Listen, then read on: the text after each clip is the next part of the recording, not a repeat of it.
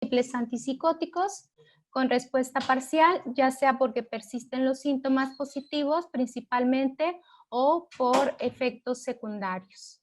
Él ha sido atendido también con médicos particulares y bueno, desde el 2015 al 2018 lo estuvieron llevando a Estados Unidos y ahí en Estados Unidos lo manejaron con 19 medicamentos por día, que aquí les presento alguno de ellos, bueno, más bien todos.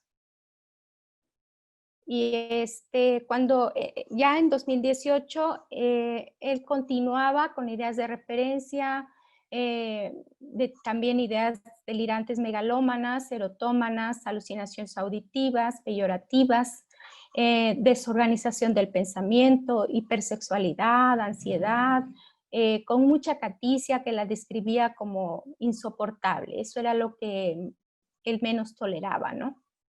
Entonces, en esa ocasión fue su cuarto internamiento y fue en septiembre del 2018.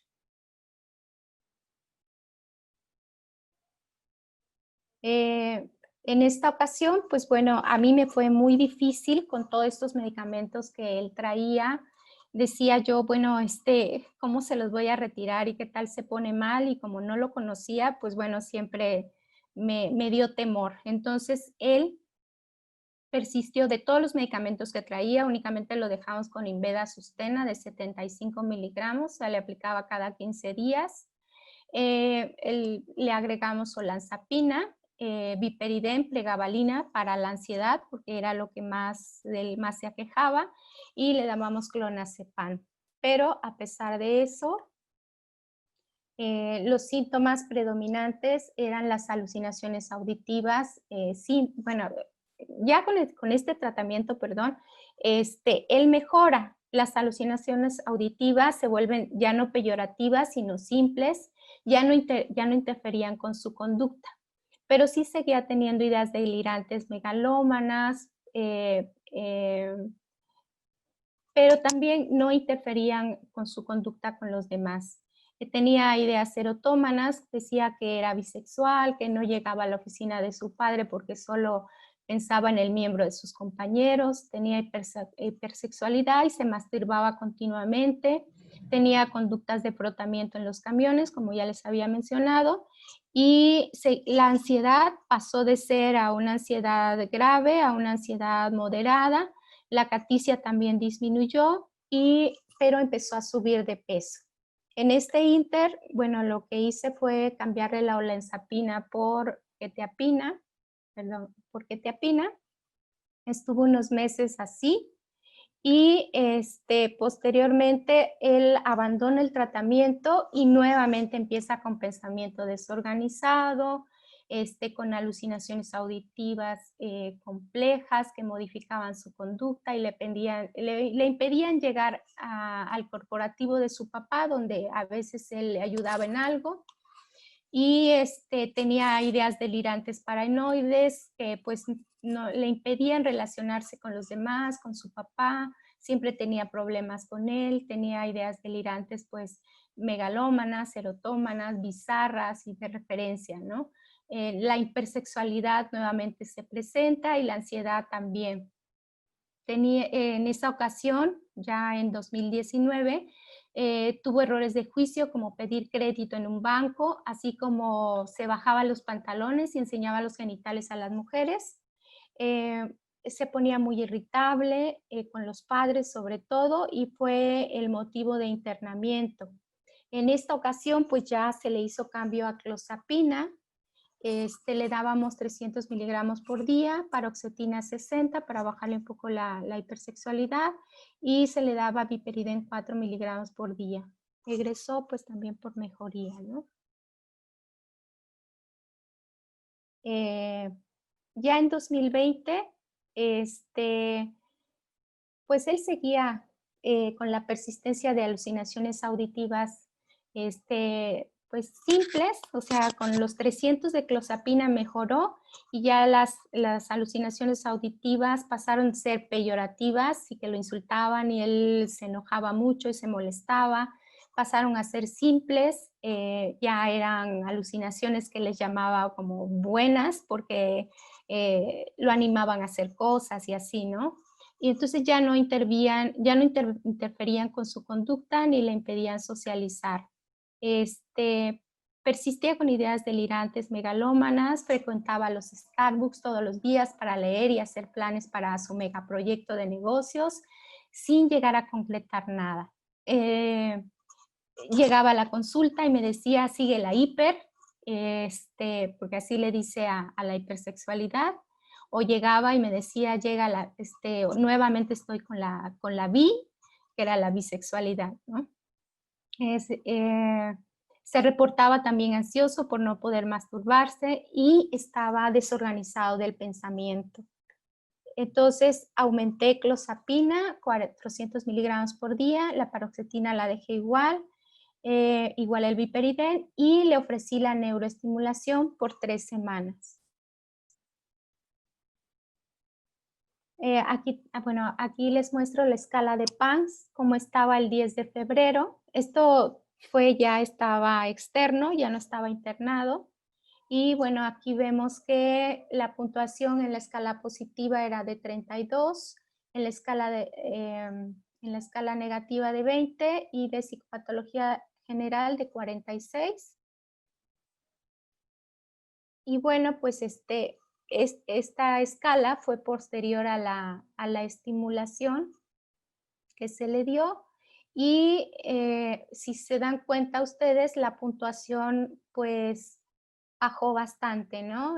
De 32 bajó a 14 en la escala positiva, de 20 en la escala negativa bajó a 12 y de psicopatología general la puntuación que tenía, que era 46, bajó a 18.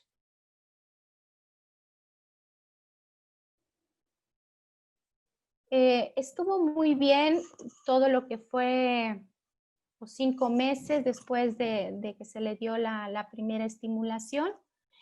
Pudo soportar pues el periodo del encierro de la pandemia, y ya fue en julio que empieza nuevamente con síntomas. Entonces le aplico nuevamente el PANSS y podemos ver que tenía pues ya una puntuación de 26, pero ni siquiera llegó a la intensidad que tuvo en la primera, ¿no? Los síntomas negativos también estaban presentes y también eran menores a la primera, y los síntomas en la escala de psicopatología general también eran menores. Ahorita les comento lo que sigue, permítanme tantito. Bueno, yo le apliqué una escala posteriormente, ahora el 25 de agosto, ya después de las 3 sesiones que le habíamos dado.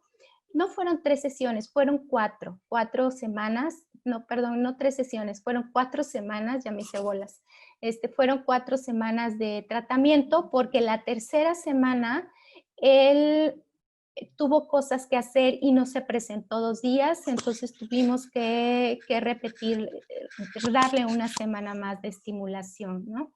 Y bueno, aquí vemos que la puntuación también disminuyó mucho, de 26 bajó a 14 en los síntomas positivos, de 20 bajó a 17 en los negativos, y de la psicopatología general de 36 bajó a 19.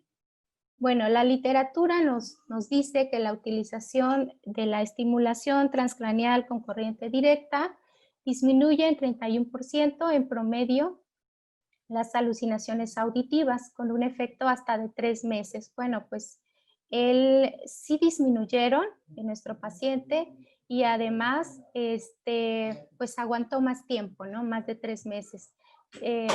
También dice que mejora el puntaje en la escala de PANSS, en las escalas positiva y negativa. Y también otro artículo nos habla que de la colocación de los electrodos en la unión temporoparietal izquierda, cátodo, y en la corteza prefrontal izquierda, el ánodo, disminuye la severidad de las alucinaciones auditivas resistente a fármacos. pues ya en lo que es la conclusión, les puedo decir que el primer tratamiento fue una estimulación de 2 miliamperes, fueron sesiones de 20 minutos de lunes a viernes por 3 semanas. La colocación de los electrodos fue en la unión temporoparietal izquierda, el cátodo, y en la corteza prefrontal dorsolateral izquierda, el ánodo. Se obtuvo una mejoría cuantificada con la escala de PANSS del 70% en la escala positiva, el 25% en la escala negativa y de un 45% en la escala de psicopatología general. Comparado a lo que marca la literatura, JSM se mantuvo asintomático 5 meses a pesar del estresor del confinamiento. El segundo tratamiento de estimulación fue 2 miliamperes, sesiones de 20 minutos de lunes a viernes por 4 semanas, y la colocación de los electrodos fue en el mismo sitio. Aquí pues mejora el puntaje de la escala de PANSS, hay una mejoría importante de los delirios, las alucinaciones disminuyen de intensidad, se organiza completamente el pensamiento, ya el discurso pues era fluido, podíamos platicar con él sin que él se perdiera y se disgregara, ¿no? Así también se observa que disminuye la ansiedad, desaparecen los sentimientos de culpa, los síntomas depresivos y los pensamientos inusuales. Y pues bueno, no hubo necesidad de aumentar la dosis del antipsicótico. Eso es todo, muchas gracias. Muchas gracias, doctora. Pasamos ahora con el doctor Figueroa. Recuerden, preguntas las hacemos al final. Por ahí teníamos una, pero que fue aclarada. Entonces, las demás las pasamos al final. Muchas gracias. Hola, buenos días. Buenos días, doctor. Gracias por acompañarnos. Gracias por la invitación. Todo suya la ponencia. Muchas gracias.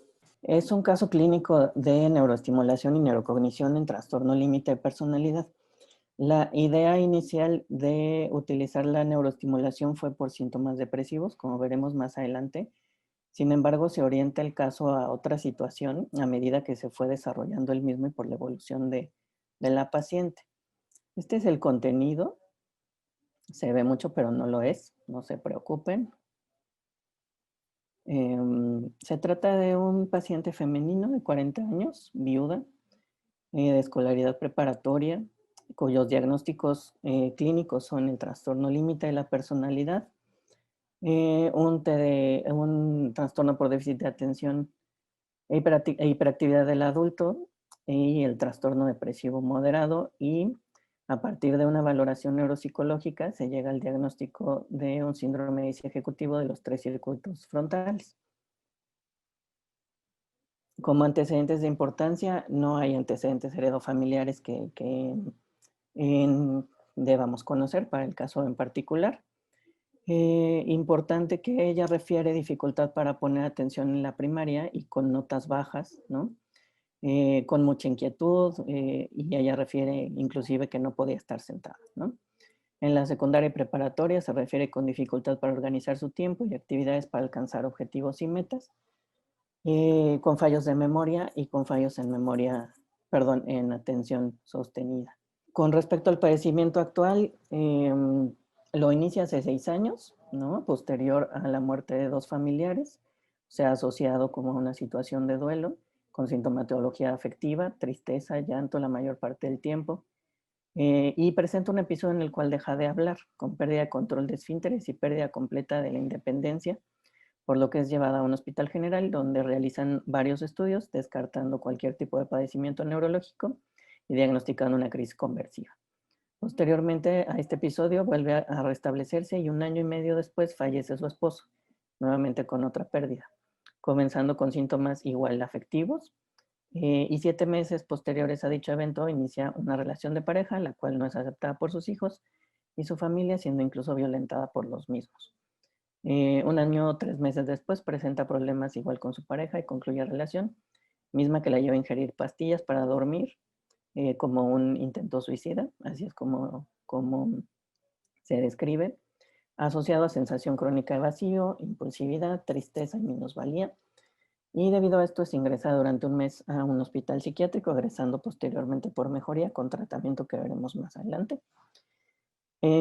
Actualmente su estado de ánimo es fluctuante entre ansiedad, tristeza y disforia. Refiere irritabilidad, fallos de memoria y dificultad para concentrarse, motivos por los cuales solicita la atención. Evidentemente, antes de la neuroestimulación y del tratamiento que se implementó una vez ajustado después de salir del hospital. Esta es una de las neuroimágenes que se le hizo. La verdad es que la imagen no está como muy bien. Se reportaba disminución en la corteza frontal, ¿no? Con cierto grado de atrofia. Se le realizó una batería neuropsicológica integrada por estas pruebas, el test de Barcelona, el Banfe-2 y el test de Stroop.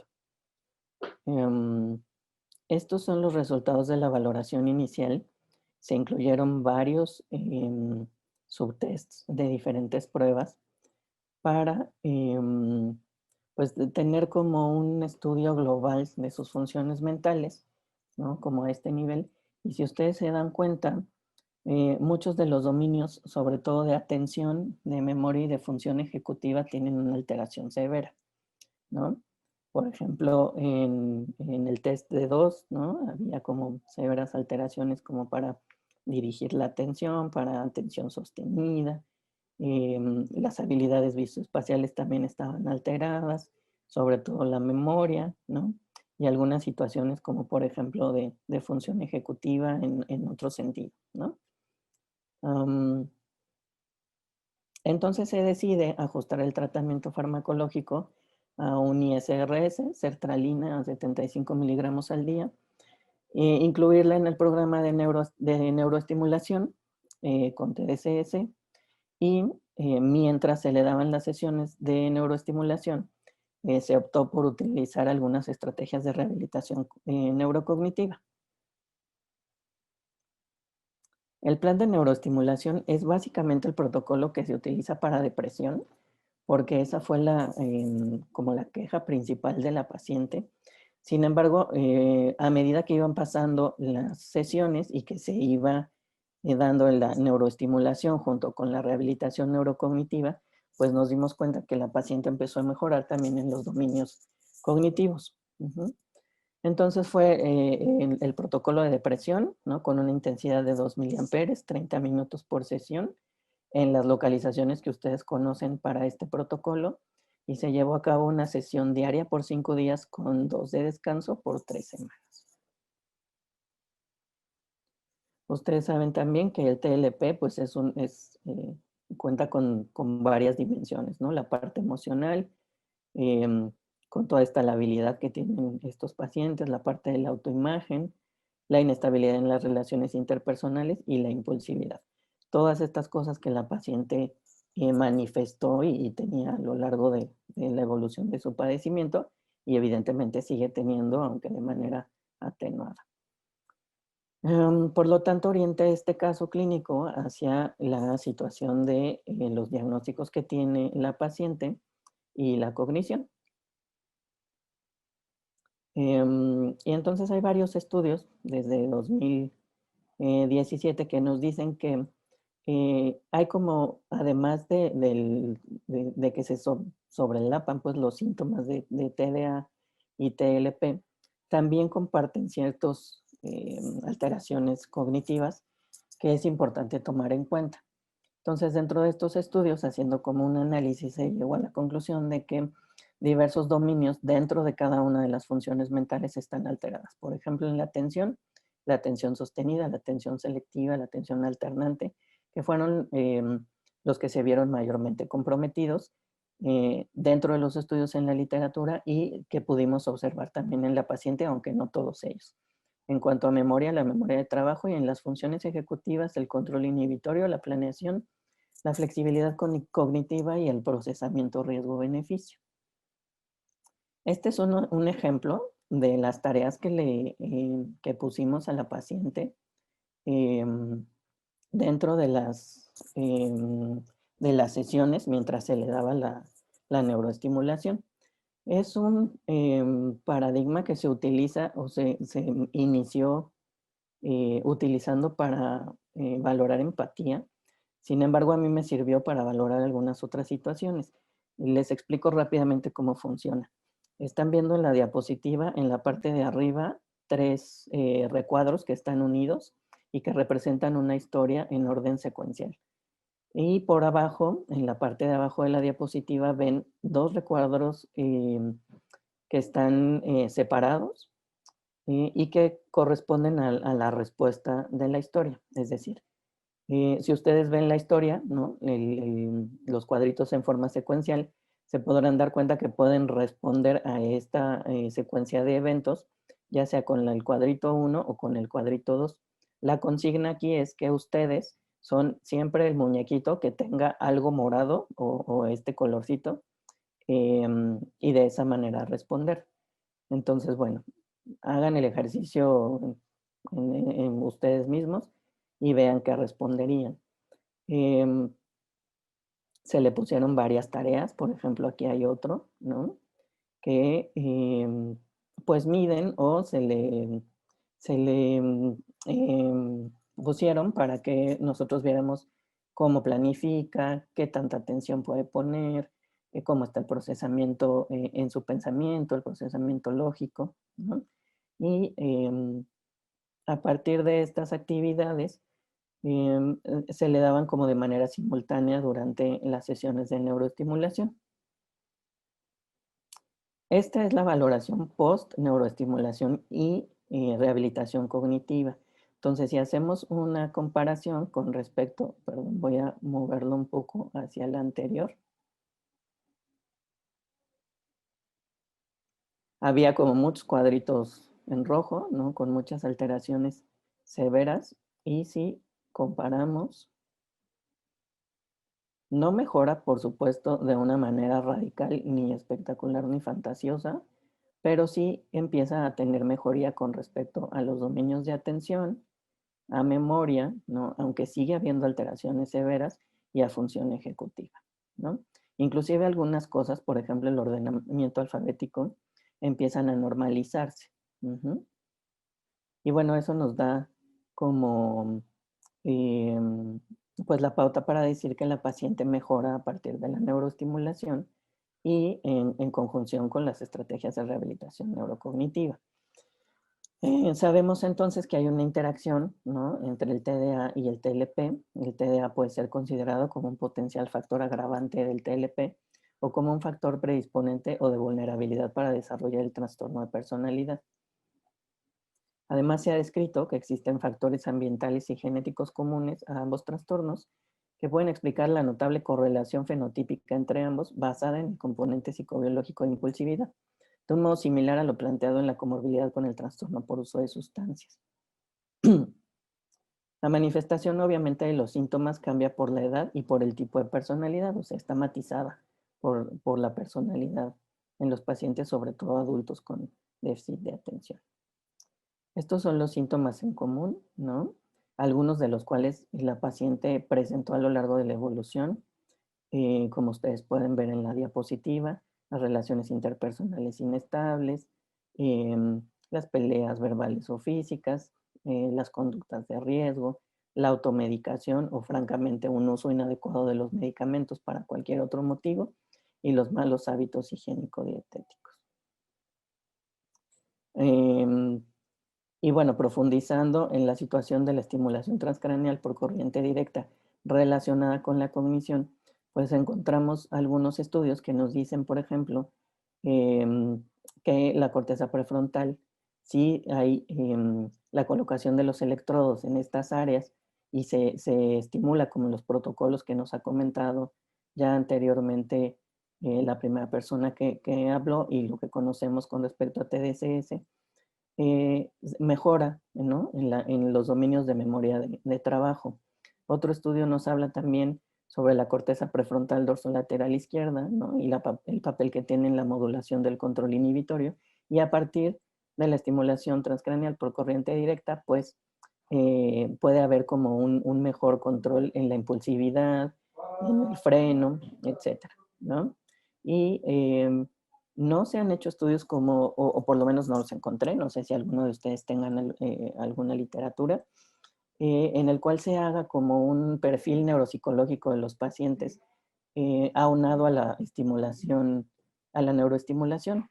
Y de esta manera poder ver si no solo mejoran los pacientes a través de la neuroestimulación en estas áreas o en estos dominios cognitivos, o si hay un beneficio, que seguramente creo que lo hay, en otros dominios cognitivos, sobre todo en función ejecutiva y otros relacionados.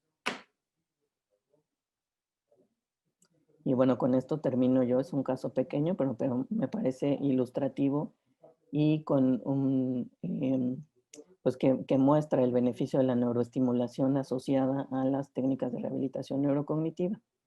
Yo les agradezco su atención.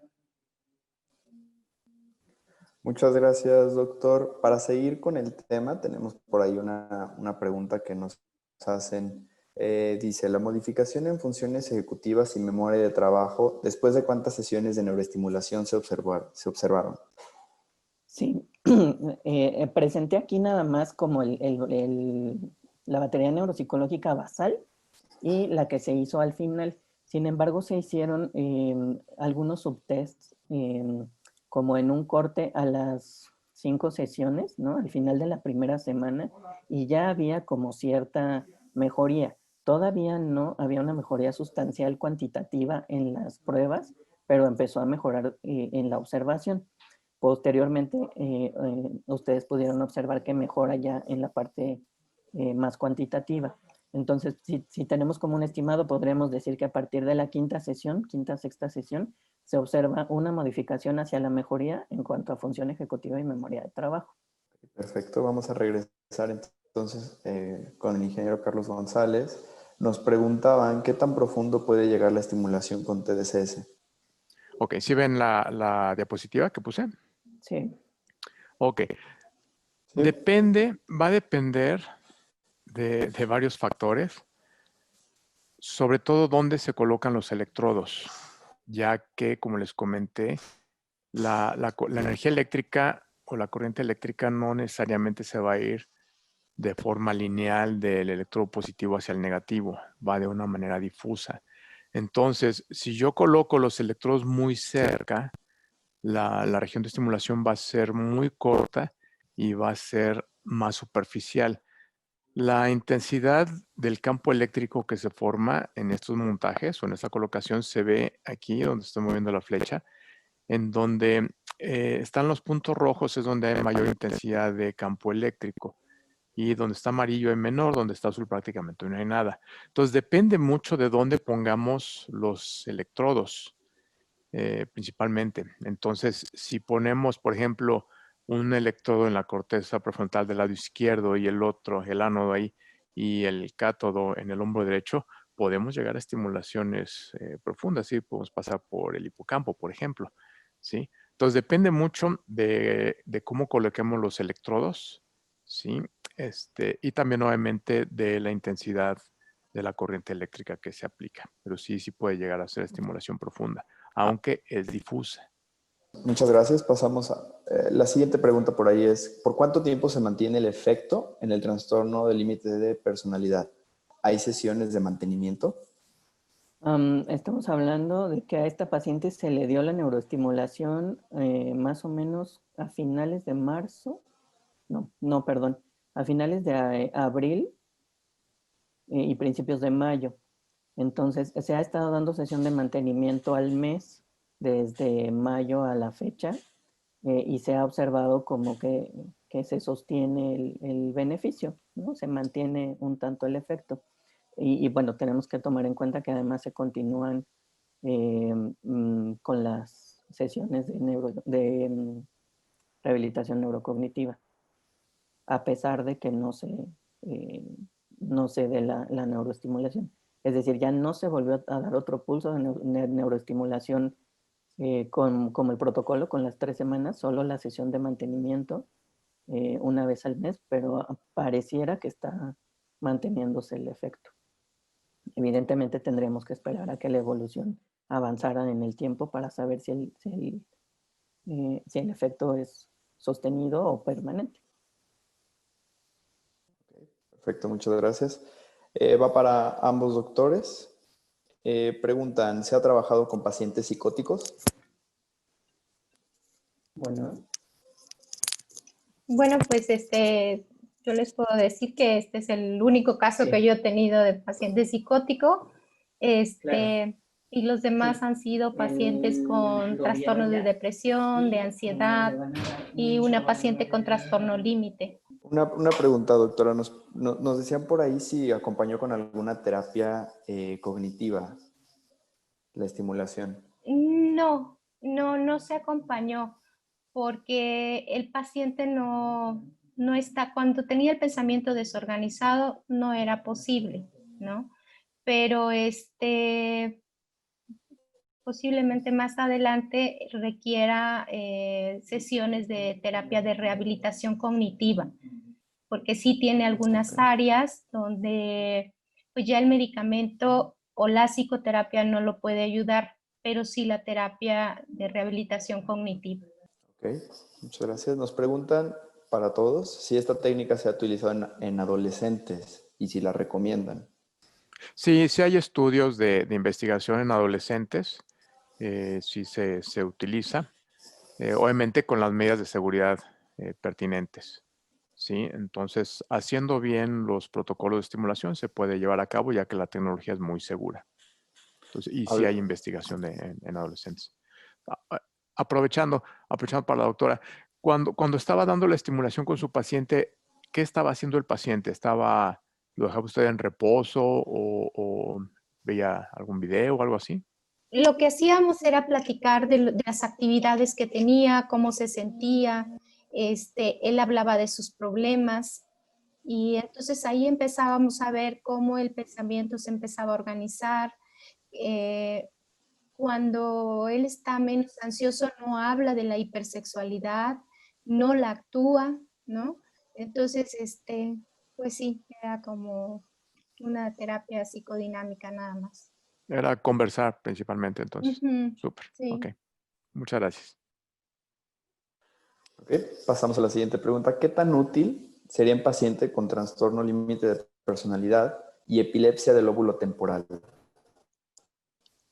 Pues en realidad creo que no hay como gran experiencia, ¿no? En este sentido, pero bueno, la utilización de la neuroestimulación, como nos habían comentado anteriormente, también es segura y efectiva en los casos de epilepsia. Entonces, no veo por qué no habría como alguna utilidad en este sentido. Tal vez tendríamos que empezar como a trabajar y generar experiencia en esto. Precisamente es la siguiente pregunta sobre qué certificaciones deben tener los equipos o las personas que lo utilizan para la tecnología. En el caso de TMS,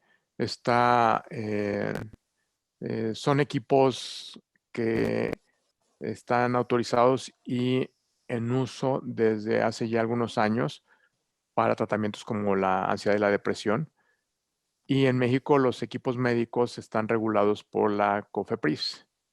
Entonces, cualquier equipo médico que se vaya a utilizar con pacientes o con personas debe de estar regulado ante esta autoridad y por ende contar con su registro apropiado, liberado por la COFEPRIS para poder ser utilizado.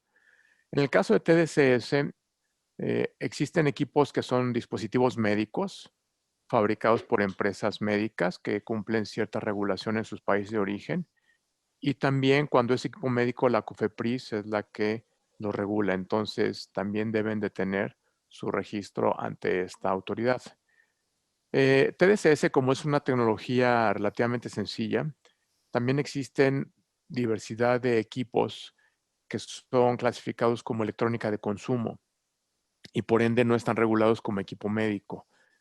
Ahí es un área que no está muy clara porque, pues de entrada, pues debería ser complicado ingresarlos al país ya que la COFEPRIS no tiene ahí un espacio para ellos.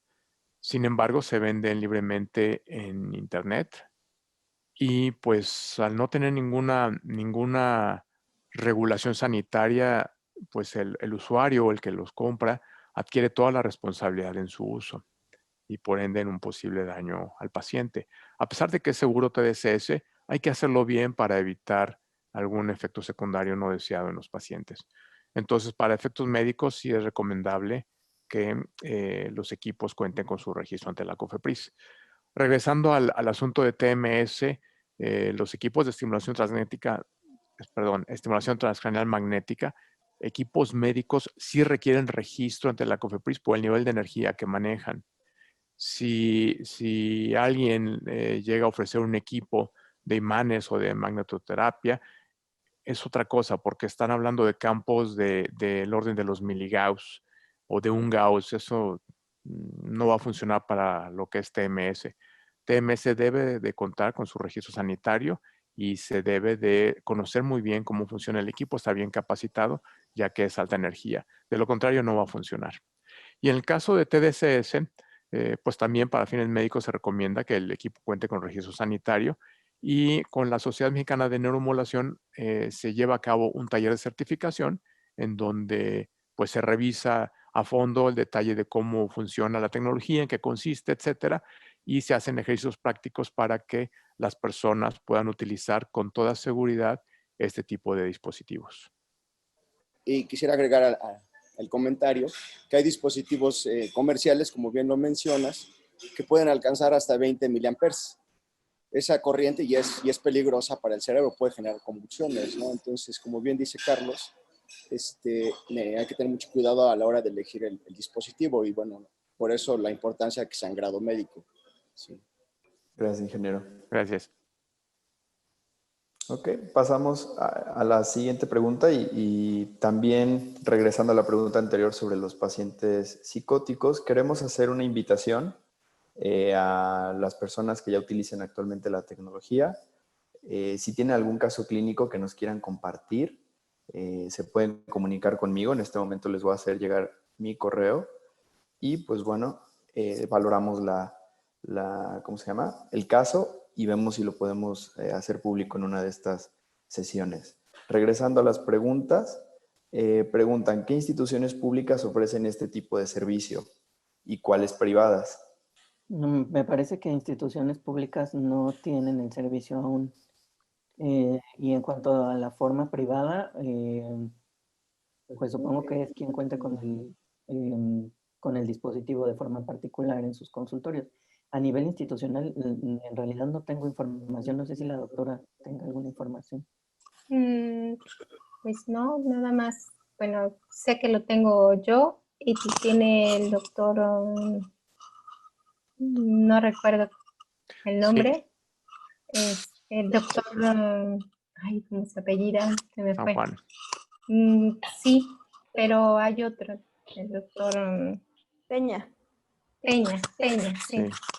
Sí, aquí, bueno, en instituciones públicas sabemos nosotros que el Instituto Nacional de Neurología cuenta con dispositivos TDCS y hacen bastante investigación. De hecho, ahí han hecho trabajos con pacientes de epilepsia y de Parkinson.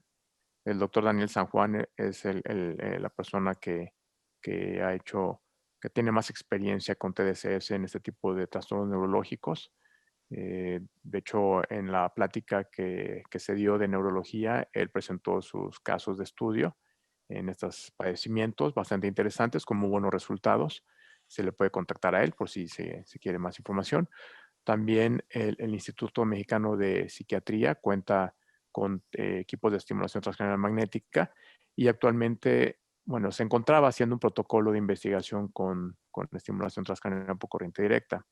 Y en medicina privada hay distintos médicos que utilizan tanto estimulación transcranial magnética como estimulación transcranial por corriente directa.